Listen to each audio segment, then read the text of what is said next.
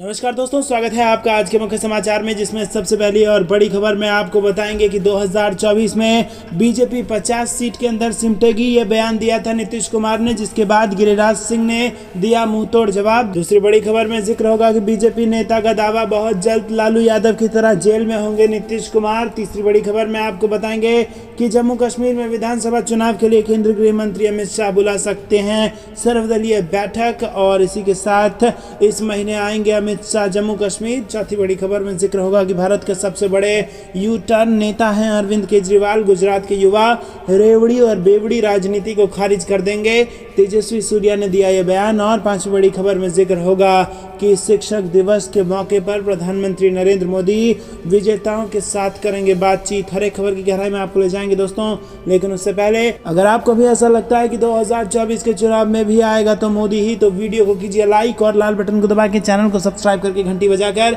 Comment में लिखिए जय हिंद। रुक करते हैं सबसे पहली और बड़ी खबर की तरफ। 2024 में बीजेपी 50 सीट के अंदर सिमट जाएगी। नीतीश कुमार के इस बयान पर गिरिराज सिंह ने दिया मुंहतोड़ जवाब। जी हां दोस्तों, जो बिहार में खेला हुआ, जिस हिसाब से बिहार में नीतीश कुमार ने गठबंधन जो बीजेपी के साथ था उसको तोड़कर महागठबंधन में गए और सरकार बनाई, इसके बाद सबसे पहला जवाब नीतीश कुमार को मणिपुर में मिला, जहां पर 6 में से 5 जेडीयू विधायक पार्टी तोड़कर चले गए भारतीय जनता पार्टी के अंदर, जिसके बाद तिल मिला गए नीतीश कुमार और उन्होंने कहा कि 2024 के चुनाव में सारे विपक्ष एकजुट हो जाओ ताकि भाजपा को सबक सिखाया जा सके। लेकिन दोस्तों, आपको बता दें कि इसी से पता चलता है कि नरेंद्र मोदी की क्या है लोकप्रियता, और यहाँ पर नीतीश कुमार की तिलमिलाहट का जवाब दिया है यहाँ पर गिरिराज सिंह ने। जी हाँ दोस्तों, बेगूसराय में पत्रकारों के सवाल का जवाब देते हुए गिरिराज सिंह ने नीतीश कुमार पर जमकर हमला बोला। उन्होंने कहा कि जो अकेले कभी चुनाव लड़कर सत्ता में नहीं आए, वो औकात दिखाने चले हैं नरेंद्र मोदी को। केंद्रीय मंत्री ने कहा कि 15 से 20 साल से नीतीश कुमार मुख्यमंत्री हैं। 2010 में 85 सीटें जीते थे, आज घटकर 43 पर आ गए हैं। अकेले कभी चुनाव लड़कर सत्ता में नहीं आए। गिरिराज सिंह ने कहा कि नरेंद्र मोदी देश के लिए जीते हैं और देश के लिए मरते हैं, गरीब के लिए जीते हैं और गरीब के लिए मरते हैं, तो मुंगेरी लाल के सपने देखना नीतीश कुमार छोड़ दें। क्या दोस्तों, आप भी गिरिराज सिंह के इस बयान का समर्थन करते हैं? तो वीडियो को कीजिए लाइक। रुक करते हैं अगली बड़ी खबर की तरफ। बीजेपी नेता का दावा, बहुत जल्द लालू यादव की तरह जेल में होंगे नीतीश कुमार। जी हां दोस्तों, आपको बता दें कि बिहार में राहें जुदा कर चुकी जेडीयू और बीजेपी के बीच छींटा-कसी का दौर खत्म होने का नाम नहीं ले रहा है। जनता दल यूनाइटेड की राष्ट्रीय कार्यकारिणी की बैठक में नीतीश कुमार ने भारतीय जनता पार्टी को 2024 के चुनाव में जहां 50 सीटों पर समेटने की बात कही है, तो अब इस पर बीजेपी ने पलटवार किया है। बीजेपी का दावा है कि नीतीश कुमार भी बहुत जल्द लालू प्रसाद यादव की तरह जेल में होंगे। जी हां दोस्तों, आपको बता दें कि बिहार विधानसभा में नेता प्रतिपक्ष विजय कुमार सिन्हा ने मुख्यमंत्री नीतीश कुमार के खिलाफ मोर्चा खोल दिया है। उन्होंने भ्रष्टाचार को लेकर नीतीश कुमार पर हमला बोला है और उनका कहना है कि वो भी बहुत जल्द आरजेडी सुप्रीमो लालू प्रसाद यादव की तरह जेल के अंदर होंगे। जी हां दोस्तों, सिन्हा ने कहा कि प्रधानमंत्री नरेंद्र मोदी ने लाल किले की प्राचीर से देश को भ्रष्टाचार मुक्त बनाने का ऐलान कर दिया है। देश के लोग भारत का भ्रष्टाचार मुक्त और राज्य को अपराध मुक्त बनाने के लिए प्रतिबद्ध है। नीतीश कुमार को अब अपने पापों का पता चलेगा और इसका परिणाम ये होगा कि वो भी अपने बड़े भाई लालू यादव की तरह जेल में पहुंच जाएंगे। रुक करते हैं अगली बड़ी खबर की तरफ। जम्मू कश्मीर में किसी भी वक्त हो सकता है चुनाव का ऐलान। जी हां दोस्तों, केंद्रीय गृह मंत्री जम्मू कश्मीर में विधानसभा चुनाव के लिए मैदान तैयार करना शुरू कर दिया है उन्होंने, और प्रदेश में सुरक्षा व्यवस्था की समीक्षा के लिए बैठकें हो रही हैं। गृह मंत्रालय के सूत्रों की माने तो अगले साल प्रदेश में चुनाव हो सकता है और गृह मंत्री अमित शाह सितंबर के अंत में जम्मू कश्मीर के दौरे पर आ रहे हैं, और अगर सब कुछ सुचारू रूप से चलता रहा तो अगले साल विधानसभा चुनाव जम्मू कश्मीर में हो सकता है। सूत्रों के अनुसार अगले साल अप्रैल के बाद विधानसभा चुनाव करवाने की तैयारी है। हालांकि चुनाव आयोग को चुनाव का समय तय करना है, लेकिन ये तभी संभव है जब केंद्रीय गृह मंत्रालय हरी झंडी दे देगा। यही कारण है कि गृह मंत्रालय के अधिकारी जम्मू कश्मीर की जमीनी स्थिति पर रिपोर्ट तैयार कर रहे हैं। केंद्रीय गृह मंत्रालय चुनावों पर एक सर्वदलीय बैठक भी बुला सकता है और इसमें राजनीतिक दलों से सुझाव मांगे जाएंगे। रुक करते हैं अगली बड़ी खबर की तरफ। भारत के सबसे बड़े यू टर्न नेता हैं केजरीवाल, गुजरात के युवा रेवड़ी और बेवड़ी राजनीति को खारिज कर देंगे, तेजस्वी सूर्या ने दिया ये बयान। जी हाँ दोस्तों, भारतीय जनता पार्टी के सांसद और भाजपा की युवा शाखा भारतीय जनता युवा मोर्चा के राष्ट्रीय अध्यक्ष तेजस्वी सूर्या ने शनिवार को आम आदमी पार्टी के प्रमुख अरविंद केजरीवाल को देश का सबसे बड़ा यू टर्न नेता बताया। सूर्या ने कहा कि गुजरात के युवा उनकी रेवड़ी और बेवड़ी राजनीति को खारिज कर देंगे। भाजपा अध्यक्ष ने आरोप लगाया कि केजरीवाल की राजनीति में कोई खास और ईमानदार राजनीति नहीं है। राजकोट शहर में केजरीवाल के संवाददाता सम्मेलन के कुछ ही देर बाद सूर्या ने कहा कि आम आदमी पार्टी नेता के दिल्ली में अच्छे स्कूल, मोहल्ला क्लिनिक और स्वच्छ राजनीति के दावों का भाजपा ने पर्दाफाश किया है। रुक करते हैं अगली बड़ी खबर की तरफ। प्रधानमंत्री नरेंद्र मोदी 5 सितंबर को विजेताओं के साथ करेंगे बातचीत। जी हाँ दोस्तों, शिक्षक दिवस के अवसर पर 5 सितंबर को राष्ट्रीय शिक्षक पुरस्कार 2022 से 46 शिक्षकों को सम्मानित किया जाएगा। प्रधानमंत्री नरेंद्र मोदी शाम 4:30 बजे विजेताओं के साथ उनके आवास पर बातचीत करेंगे और ये जानकारी प्रधानमंत्री कार्यालय द्वारा जारी किए गए स्टेटमेंट के माध्यम से दी गई है।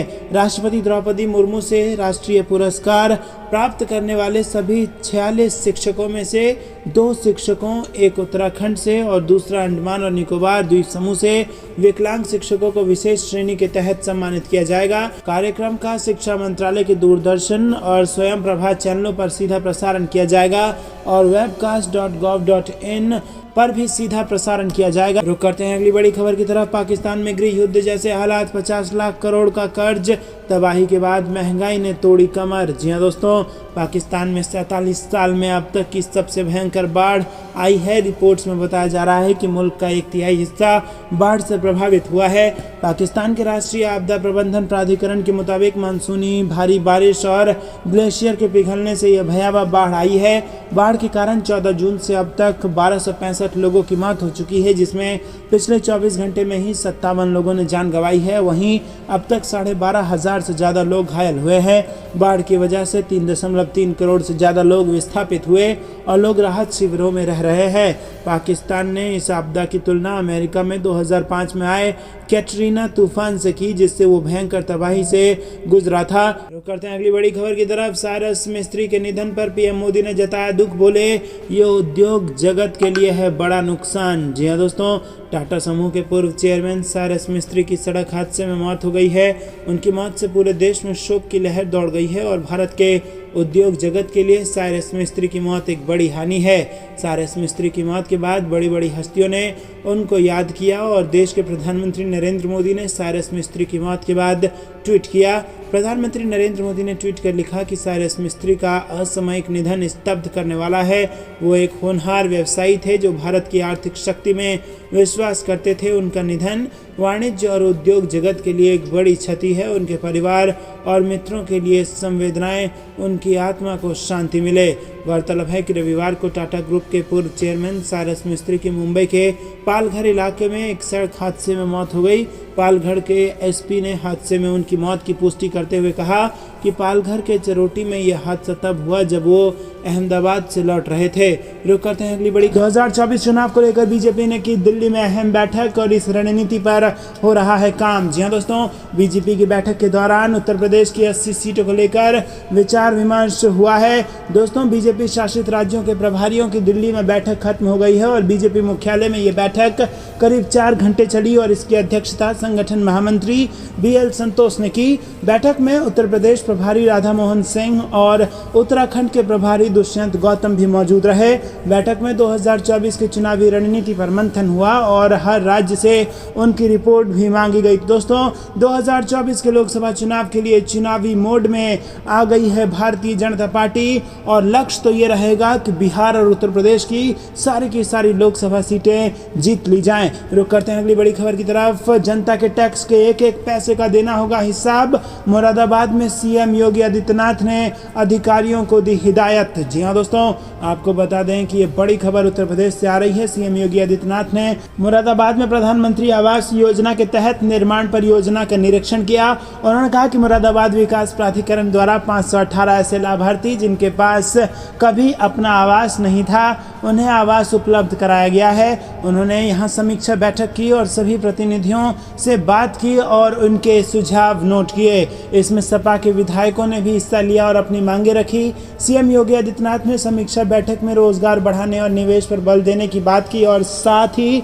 बिना वजह एनओसी लटकाने वाले अधिकारियों पर कार्रवाई करने की चेतावनी दी। सीएम योगी ने गांव के लोगों की आमदनी बढ़ाने और कृषि निवेश लाने के लिए अधिकारियों को निर्देश दिए और उन्होंने जिले के जीडीपी मापने और उसे बढ़ाने के निर्देश दिए। दोस्तों, रुक करते हैं अगली बड़ी खबर की तरफ। जेडीयू के कई और विधायक अब भाजपा में होंगे शामिल। नेता प्रतिपक्ष विजय सिन्हा ने किया दावा। जी हाँ दोस्तों, बिहार का बदला भाजपा ने मणिपुर में ले लिया है। बिहार में जिस प्रकार से नीतीश कुमार ने पाला बदला और भारतीय जनता पार्टी को सत्ता से विपक्ष में लाके खड़ा कर दिया, उसका बदला भाजपा ने सबसे पहले मणिपुर के राज्य में लिया, जहां पर सारे विधायक जो थे जेडीयू के वो भारतीय जनता पार्टी में शामिल हो चुके हैं, जिससे जेडीयू को बड़ा झटका लगा है। जेडीयू के 5 विधायक भाजपा में शामिल होने के बाद से बिहार में सियासी भूचाल आ गया है और भाजपा और जेडीयू के नेता लगातार एक दूसरे पर हमलावर हो रहे हैं। बयानबाजी करने वाले नेताओं में एक और नाम बिहार विधानसभा के नेता प्रतिपक्ष विजय कुमार सिन्हा का जुड़ गया है। विजय सिन्हा ने यह दावा किया कि जेडीयू के कई नेता नीतीश कुमार का साथ राष्ट्रवाद के साथ चलने वाली पार्टी का दामन थामेंगे। और इसी के साथ आपको बता दें कि विजय कुमार सिन्हा ने शनिवार को नीतीश कुमार पर जमकर हमला किया। उन्होंने कहा कि नीतीश कुमार ने कभी दर्द नहीं देखा है, वो तो दिल्ली में मंत्री थे और जब वहां से वापस लौटे तो सीधे मुख्यमंत्री बन गए। इसके बाद वो बहुमत नहीं मिला तो फिर से मंत्री बन गए और वापस जब फिर से बहुमत आया तो फिर से मुख्यमंत्री बन गए। उन्होंने कहा कि राज्य में मंत्री बदलते गए पर सीएम वही बने रहे। विजय सिन्हा ने कहा कि भाजपा राष्ट्रवाद के पथ पर चलते हुए देश के खुशहाली और विकास के लिए काम कर रही है। भाजपा का मंत्र है सबका साथ, सबका विकास और सबका विश्वास, और इसी को लेकर पार्टी आगे चल रही है। उन्होंने कहा कि नीतीश कुमार ने सभी लोगों का विश्वास खो दिया है। उन्होंने आगे कहा कि बहुत से लोग अब राष्ट्रवाद का दामन थाम कर आगे बढ़ेंगे। अभी तो बहुत करामात होना बाकी है, बहुत से लोग भोगने वाले हैं, इसीलिए घबराने की जरूरत नहीं है, अब तो बस शुरुआत है। दोस्तों, रुक करते हैं अगली बड़ी खबर की तरफ। अमित शाह का गुजरात दौरा, स्मार्ट स्कूल के उद्घाटन सहित 3 कार्यक्रमों में लेंगे हिस्सा। जी हाँ दोस्तों, रविवार यानी 4 सितंबर को गुजरात में 3 प्रमुख कार्यक्रमों में केंद्रीय गृह मंत्री अमित शाह शामिल होंगे। अपने 1 दिवसीय दौरे में गृह मंत्री अमित शाह गुजरात के सबसे बड़े शहर अहमदाबाद के 3 कार्यक्रमों में हिस्सा लेंगे। दौरे की शुरुआत अहमदाबाद नगर निगम के स्मार्ट स्कूलों के उद्घाटन से होगी। इसके बाद गृह मंत्री Amit Shah Akhil Bharatiya jail duty meet में भी शामिल होंगे। 36वें राष्ट्रीय खेल 2022 के कर्टेन रेजर और 11वें खेल महाकुंभ के समापन समारोह में शाम करीब 7 बजे ट्रांस स्टेडिया कंकारिया में गृह मंत्री भाग लेंगे। तो दोस्तों, गुजरात चुनाव के मद्देनजर ये बड़ी खबर, जहां पर स्मार्ट स्कूल का उद्घाटन करके ये बीजेपी का आम आदमी पार्टी के खिलाफ पॉलिटिक्स होगा, क्योंकि आम आदमी पार्टी दिल्ली मॉडल लेकर के गुजरात में गई है, जहां पर उनका दावा स्कूलों को लेकर के है, जिस प्रकार के स्कूल आम आदमी पार्टी ने दिल्ली में बनाए हैं। लेकिन अब उसकी काट के लिए अमित शाह गुजरात पहुंच चुके हैं और स्मार्ट स्कूल के उद्घाटन करके वो आम आदमी पार्टी को जवाब देने वाले हैं। रुक करते हैं अगली बड़ी खबर की तरफ। बिहार और झारखंड समेत देश के कई हिस्सों में अगले 5 दिन तक होगी झमाझम बारिश। अपने क्षेत्र के मौसम का हाल भी जानिए। जी हाँ दोस्तों, क्या खबर आपको बताएंगे, लेकिन उससे पहले फिर से आपसे निवेदन, वीडियो लाइक नहीं किया है तो कृपया करके लाइक करके अपना समर्थन दर्ज कराइए। भारतीय मौसम विज्ञान विभाग ने अगले कुछ दिनों के दौरान दक्षिण और पूर्वोत्तर भारत के कई हिस्सों में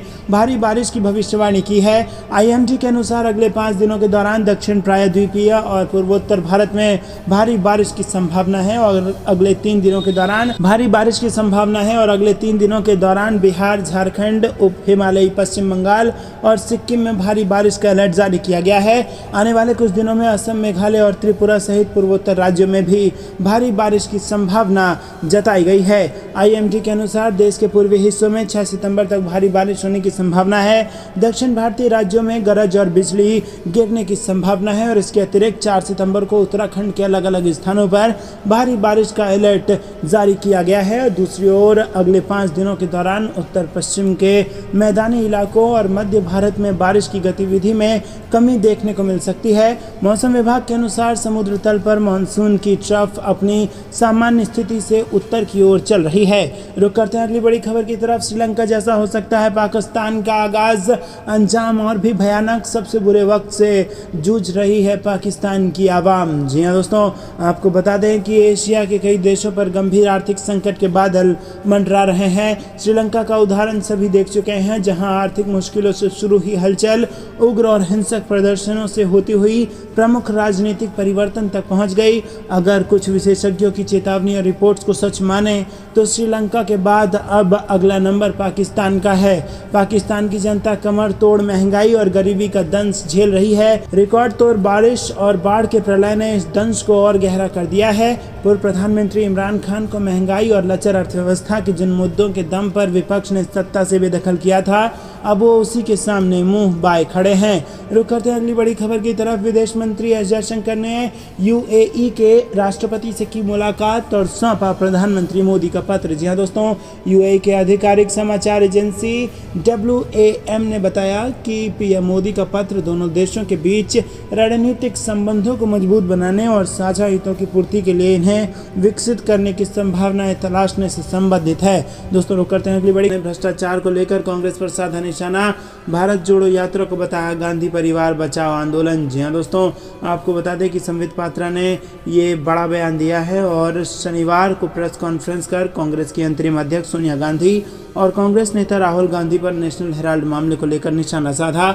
उन्होंने कांग्रेस पर एजेंसियों पर दबाव बनाने और तबाही फैलाने की कोशिश करने का भी आरोप लगाया। संबित पात्रा ने कहा कि नेशनल हेराल्ड मामले में सोनिया गांधी और राहुल गांधी जमानत पर बाहर हैं। हाल ही में जब दोनों को जांच एजेंसियों द्वारा जांच के लिए बुलाया गया तो कांग्रेस ने विघटनकारी होने की कोशिश की और इसने एजेंसियों पर दबाव बनाने और तबाही फैलाने की कोशिश की। इसी के साथ संबित पात्रा ने कहा कि कांग्रेस जिस अभियान को चलाने की योजना बना रही है वो भारत जोड़ो आंदोलन नहीं बल्कि गांधी परिवार बचाओ आंदोलन है। भाजपा प्रवक्ता ने कहा कि कांग्रेस के चंद्रभानु गुप्ता, जो यूपी के सीएम और एक प्रमुख नेता थे, उन्होंने अपनी जीवनी लिखी और ये हाल ही में प्रकाशित हुआ था। उन्होंने अपनी किताब में अखबार की फंडिंग को लेकर कई सवाल उठाए। सोनिया गांधी और राहुल गांधी को विरासत में भ्रष्टाचार मिला है, ये भी उन्होंने कहा। पात्रा ने आगे कहा कि भारत ने ब्रिटेन को अपने कब्जे में ले लिया और दुनिया की 5वीं सबसे बड़ी अर्थव्यवस्था बन गया।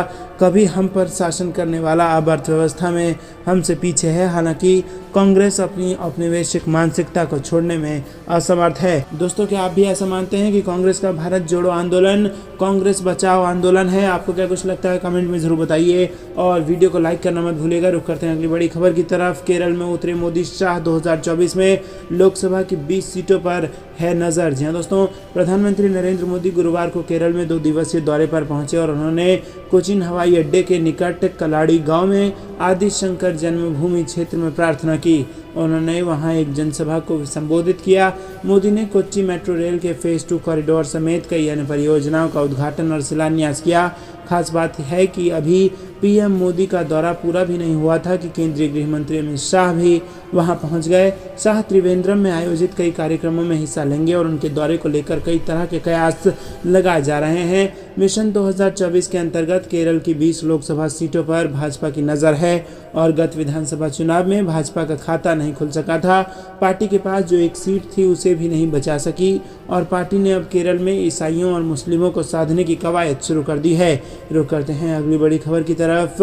जेडीयू के 5 विधायक बीजेपी में शामिल। मणिपुर में नीतीश की पार्टी को तगड़ा झटका। जी हाँ दोस्तों, आपको बता दें कि जहां एक और जेडीयू दूसरे राज्यों में खुद को मजबूत करने में जुटी हुई है और इसी बीच मणिपुर में पार्टी के 5 विधायक अलग होकर भाजपा के साथ चले गए हैं। पूरा घटनाक्रम तब हुआ जब 3 और 4 सितंबर को जेडीयू नेशनल काउंसिल की बैठक होने जा रही है, जिसमें बिहार के सीएम नीतीश कुमार और जेडीयू अध्यक्ष ललन सिंह शामिल होंगे। जेडीयू की अहम बैठक से एक दिन पहले मणिपुर में पार्टी के विधायक बीजेपी में शामिल हो गए। मणिपुर विधानसभा के सचिव मेघजीत सिंह की ओर से जारी बयान में कहा गया कि स्पीकर ने संविधान की 10वीं अनुसूची के तहत 5 विधायकों के बीजेपी में विलय को स्वीकार कर लिया है। जेडीयू ने इस साल मार्च में हुए विधानसभा चुनाव में 38 सीटों पर कैंडिडेट उतारे थे, जिसमें से 6 पर उसे जीत हासिल हुई थी। दोस्तों रुक करते हैं अगली बड़ी खबर की तरफ। अमित शाह और नड्डा के बाद मोदी भी आ सकते हैं राजस्थान। बीजेपी कोर कमेटी की बैठक, गहलोत को घेरने के मुद्दे होंगे तय। जी हाँ दोस्तों, आपको बता दें ये बड़ी खबर निकल के आ रही है। राजस्थान में भी चुनाव होने वाला है। राजस्थान बीजेपी ने कल 4 सितंबर को प्रदेश पदाधिकारियों और कोर कमेटी की बैठक बुलाई है। जयपुर में प्रदेश बीजेपी मुख्यालय में होने वाली इन बैठकों में 8-10 सितंबर तक जोधपुर में होने वाली ओबीसी मोर्चा की राष्ट्रीय कार्य समिति मीटिंग, बीजेपी बूथ अध्यक्ष सम्मेलन और अमित शाह के संबोधन की तैयारी करेगी। साथ ही आगामी कार्यक्रमों और प्रदेश की गहलोत सरकार के खिलाफ चुनावी मुद्दों पर चर्चा होगी। ये साफ हो चुका है कि पीएम मोदी के चेहरे पर ही राजस्थान में 2023 विधानसभा और 2024 के लोकसभा चुनाव होंगे। इसीलिए केंद्रीय बीजेपी के तय फॉर्मेट में ही राजस्थान में बीजेपी की सियासत होगी, जिसमें मोदी फेस चमकेगा और केंद्र सरकार की स्कीम्स उपलब्धियों के जरिए प्रचार होगा। बीजेपी अब राजस्थान में एक्टिव होकर चुनावी तैयारियों में जुटेगी। राष्ट्रीय स्तर के नेता राजस्थान में बीजेपी को धार देने आ रहे हैं, जिनमें केंद्रीय गृह मंत्री अमित शाह, राष्ट्रपति द्रौपदी मुर्मू, बीजेपी के राष्ट्रीय अध्यक्ष जेपी नड्डा और प्रधानमंत्री नरेंद्र मोदी के भी दौरे